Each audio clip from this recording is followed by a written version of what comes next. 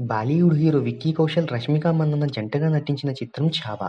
ఛత్రపతి శివాజీ మహారాజ్ కుమారుడు ఛత్రపతి సంభాజీ మహారాజ్ జీవితంలో జరిగిన కథ ఆధారంగా తెరకెక్కింది ఈ చిత్రం. ఇక రెండో వారంలోనూ సూపర్ స్ట్రాంగ్ హోల్డ్తో ముందుకెళ్తున్న ఈ చిత్రం కలెక్షన్ల వివరాల్లోకెళ్లబోయే ముందు ఒక చిన్న రిక్వెస్ట్. మన ఛానల్లోని వీడియోస్ చూసి నచ్చితే సబ్స్క్రైబ్ చేసి లైక్ కొట్టి షేర్ చేయండి. ఈ మూవీకి సాంకేతిక నిపుణుల రెమ్యునరేషన్‌తో పాటు ప్రధాన నగరాల్లో ప్రమోషన్స్ చేయడం వలన రూ. 130 కోట్ల బడ్జెట్ అయింది. ఈ మూవీని ఇండియాలో తొలి రోజు 4,500 స్క్రీన్స్‌లో ప్రదర్శించగా ప్రపంచవ్యాప్తంగా 5,500 స్క్రీన్స్‌లో ప్రదర్శించారు. మొదటి రోజు మార్నింగ్ షోతోనే హిట్ టాక్ తెచ్చుకున్న ఈ చిత్రం తొలి రోజు 31 కోట్ల ఓపెనింగ్స్‌ని సాధించింది. అలాగే తొలి వారం ముగిసేసరికి ఇండియాలో 220 కోట్ల వసూళ్లను సాధించింది. ఇప్పటివరకు ఈ చిత్రం 334 కోట్ల నెట్ కలెక్షన్స్ అందుకోగా 444 కోట్ల గ్రాస్‌ను అందుకుంది.